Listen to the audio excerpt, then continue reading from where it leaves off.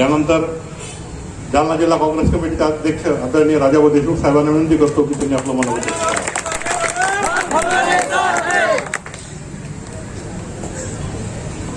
आजच्या नगर परिषद 2025 ची भोकरदनची निवडणूक 2 तारखेला मतदान आहे. त्या निवडणुकीच्या प्रचार सभेच्या निमित्तानं आपल्या मराठवाड्याचं नेतृत्व या महाराष्ट्राची बुलंद तोफ आणि युवकांचं श्रद्धास्थान आदरणीय माजी मंत्री अमित भैया देशमुख साहेब, आपल्या विभागाचे खासदार आदरणीय डॉक्टर कल्याण काळे साहेब, आमचे प्रदेशचे उपाध्यक्ष आता ज्यांनी मार्गदर्शन केलं असं राजेंद्रजी राग साहेब, दुसरे उपाध्यक्ष कल्याणरावजी दळे साहेब, जिल्हा महिला काँग्रेसच्या अध्यक्ष नंदाताई पवार, माजी नगराध्यक्ष मंजुषा देशमुख,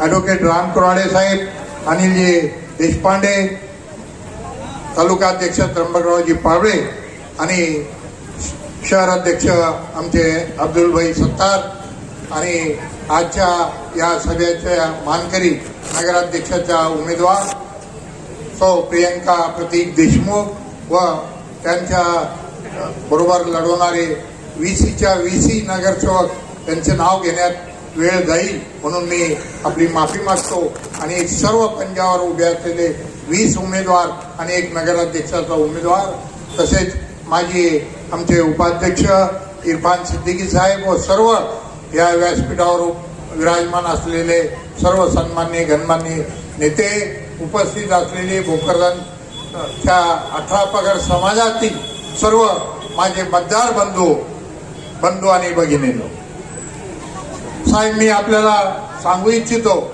की भोकरदन नगरपालिका 3 टर्मपासून 15 वर्ष आमच्या विचाराच्या ताब्यात, सेक्युलर विचाराच्या ताब्यात आहे. चुकून एक वेळेला तशी तर 50 वर्षापासून ही सेक्युलर विचाराच्या मागे राहिलेली नगर परिषद आहे. चुकून एकदा 2002 ते 2007 आता ज्या भाजपच्या उमेदवार आहेत आशाताई माळी या त्यावेळेला नगराध्यक्ष होता. त्यांचा फक्त 25 मतांना निवडून आले होते, त्यावेळेला चुकून निवडून आल्या होत्या. त्यांचा कार्यकाळही या जनतेनं पाहिलेला आहे. त्या काळात कारभार या भाजपचा जनतेनं पाहिला. त्यानंतर या नगरीमध्ये कधी 2 आणि 3 आणि जास्तीत जास्त 4 नगरसेवकाच्या वर इथं भाजपला कधी या जनतेनं निवडून दिलं नाही.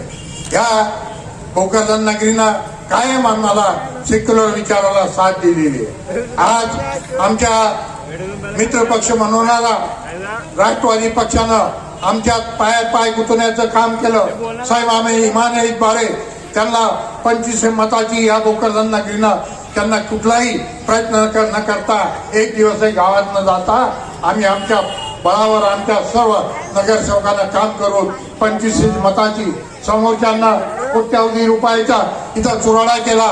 आम्ही 1 रुपयाना खर्च करता त्यांना 25ची लीड दिली. त्याची जाणीव त्यांना न ठेवता आम्हाला पाडण्यासाठी मुद्दाम जाती तेढ निर्माण करण्याचं, हिंदू मुस्लिम असे भेद निर्माण करण्याचं काम केलं. साहेब मी आपल्याला सांगू इच्छितो ही निवडणूक मी कुठल्या जाती धर्माच्या नावावर, कुठल्याही भेदभावाच्या नावावर, कुठल्याही उच्च नीच प्रचार न करता फक्त विकासाच्या अजेंड्यावर आणि लढवत आहे. मला खात्री आहे की ही दरवेळेला मला ही जनता साथ देते आणि दरवेळेला तुम्ही माझ्या पाठीशी असता. मागच्या वेळेला तुम्ही इथं येऊन सभा घेतली आणि ती मला फलदायी ठरली. तसाच आजची ही सभा मला आमचे पूर्ण 21च्या 21 उमेदवार निवडून देतील याची खात्री आहे. आपण जे आवाहन कराल ही जनता मोठ्या साहेबावर आणि आपल्यावर भोकरदनची जनता खूप प्रेम करते. आपला शब्द ते कधी वाया जाऊ देणार नाही याची मला खात्री आहे. याच्या देश पसरवण्याचा काम होत आहे साहेब यांचं आणि मला खात्री आहे मागच्या वेळेला हा प्रयोग राष्ट्रवादीनं केला होता पण इथल्या मुस्लिम समाजानं मला त्यावेळेलाही साथ दिली होती आणि आजही खांद्याला खांदा लावून माझ्याबरोबर मुस्लिम समाज आहे आणि त्याच्यात कुठेही फरक पडणार नाही की त्यांना जाती धर्मावर इथला भोकरदनचं राजकारण कधीच आम्ही कोणाला करू दिलं नाही. इथला 18 पगड मला एका समाजाचं कुठलाही तसा विचार केला तर साहेब माझ्या समाजाचे इथं फक्त 500 मत आहे, पण ही जनता मला त्याची जाणीव कधी होऊ देत नाही. फक्त 18 पगड समाजाचे, मग ते माळी समाजाचे असतील, धनगर समाजाचे असतील, कोळी महावी समाजाचे असतील, कुमार समाजाचे असतील, आमच्या इथं 18 पगड समाज इथं आहे आणि मोठ्या संख्येनं मुस्लिम समाज जरी असला तर विकासाच्या दृष्टिकोनातून आणि त्यांच्याबरोबर आम्ही खाण्याला खाना लावून असतो म्हणून ते कदापि मला सोडणार नाही. यांना किती विषारी प्रचार केला तर माझा पूर्ण विश्वास मुस्लिम समाजावर आहे. माझ्या समोर साहेब मी सर्वसाधारण घरातील 10 उमेदवार इथं मुस्लिम समाजाचे दिलेले. प्रत्येक प्रभागात मुस्लिम समाजाचा एक उमेदवार आहे. एका प्रभागात 2 प्रभागात तर 2-2 उमेदवार मी मुस्लिम समाजाचे दिलेलेच आहे आणि प्रत्येक आणि अशा लोकांना उमेदवारी दिली साहेब या आमच्या शहरात बडी पार्टी म्हणून इथं प्रसिद्ध आहे. करोडपती माणसाच्या समोर एक सर्वसाधारण गरीब घरात उमेदवार दिलेला आहे आणि त्याच्या बाबतीत मी आपल्याला आवाहन करतो साहेब जनतेला की आणि तुम्हाला आश्वासन देतो की तो उमेदवार आजच विजयी झालेला आहे. त्याला आज आपण हार टाकला तरी त्याचा ही जनता कधी त्याची हार होऊ देणार नाही. म्हणून हे सर्व स्तरातील सर्व समाजातील आणि सर्व समाजाला मारवाडी समाज असेल, बाकीचे माळी समाज असेल, प्रत्येक समाजाला प्रतिनिधित्व देण्याचं काम तिथं कुठेही जातीभेद आम्ही केलेला नाही. आपल्या माध्यमातून मी सांगू इच्छितो इथं दुष्काळ पडला, इथं कोरोना आला तर मी प्रत्येक वेळा त्यांच्या या जनतेसमोर कुठलाही जातीभेद न करता त्यांच्या खांद्याला खांदा लावून त्यांच्या अडचणीच्या काळात कोणाच्या आजाराचे काम असू द्या, कोणाचे डोळ्याचे ऑपरेशन असू द्या, मी जात पाहून कोणाचं काम केलं नाही.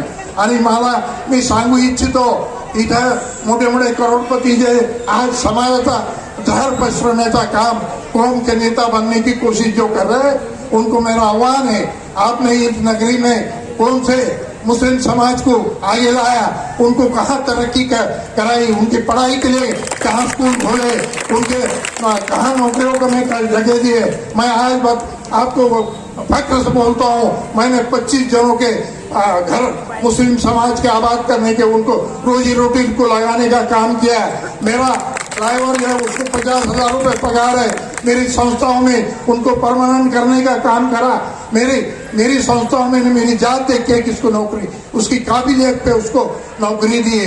अरे इन्होंने क्या क्या हमारे यहाँ उन्होंने काम दिए, क्या काम दिए तो उनको हमाल बनाने का काम करे। उन्होंने एक हमाल के बच्चे का कहीं पढ़ाई में मदद करी क्या, किसी के दवाखाने में मदद करी क्या, वो मदद भी करते हैं तो जता के हलकट जैसे ये ले पैसे बोल के उसके आंख पे पैसे फेंकते। उनको पैसों की गुर्मी है, उनको उनकी जगह बताओ और हमारे गरीब उम्मीदवार उनके सामने जो खड़े हैं उनको चुन दिलाओ। एक नौजवान पूरी सी हमारे इरफान सिद्दीकी के सामने उनके खड़ा है, उनकी वहां भी पीठ खुद खड़े यहाँ है, वहां भी उनकी पीठ लगने वाली है। आने से हमारी ताकत हमारी पैरों की बढ़ी हुई है। और इरफान भाई सिद्दीकी जिन्होंने 5 साल उपाध्यक्ष बोल के अच्छा काम किया, सब समाज के साथ रहने का काम किया, सबको न्याय देने का काम किया, उनको 3 लोग पुराने दिया, 17 उम्मीदवार पूरे नए और पहले से उम्मीदवारी करने वाले ऐसे लोगों को हमने संधि दी है। नौजवान और पढ़े लिखे उम्मीदवार हमने दिए। आपको मेरा आह्वान है कि नगर अध्यक्ष के उम्मीदवार भी पढ़ी लिखे MBA उनका पढ़ाई हुई है, उनकी पढ़ाई का और उनकी होशियारी का काम है नगरी के विकास में वो जरूर करेंगे। और मैं खुद कहीं खड़ा नहीं रहा, मैंने सोच लिया कि हमेशा के लिए आगे आप नए पीढ़ी को संधि देना चाहिए, इसलिए मैंने एक बार में उनके हमारे बहू के साथ उनका देवर सभागृह में चाहे होना, इसलिए बच्चे को उम्मीदवारी दी है। वो भी MBA करके उसको भी सियासत में वो नौकरी करने को जा रहा था, उसको 50 लाख का पैकेज मिलता था। मेरा मैंने बोला यहाँ की जनता अपने को सर आंखों पे रखती, उनकी सेवा तुम्हें ठोकरदन में रह के जिस तरीके से अपने खानदान ने आज तक जनता के साथ रही, उस तरीके से अपनी जो कमाई होंगी उसमें से जकात का हिस्सा निकाल के गौर गरीबों के हिस्से में उनके अड़ियार्जन में काम आना चाहिए। आपकी दुआ से, ऊपर वाले की दुआ से मेरे को ऊपर वाले ने मेरी उतनी हैसियत बना के रखी कि आपके गरीबों के काम आऊं। आपकी दुआ के वजह से मेरी चौथी पीढ़ी में आपके साथ में मैं आज खड़ा किया हूं। आपने जो मुझे साथ दिए उसके लिए मैं आप सबका शुक्रगुजार हूँ। और मैं आपके सामने आपके साथ में मेरी चौथी पीढ़ी आपको आपके हवाले कर रहा हूँ। वो आपने उनको संभालना है और वो आपके साथ हर सुख दुख में साथ में रहेंगे, ये आपको वादा करता हूँ और मेरे 2 लफ्ज खत्म करता हूँ। जय हिंद, जय महाराज।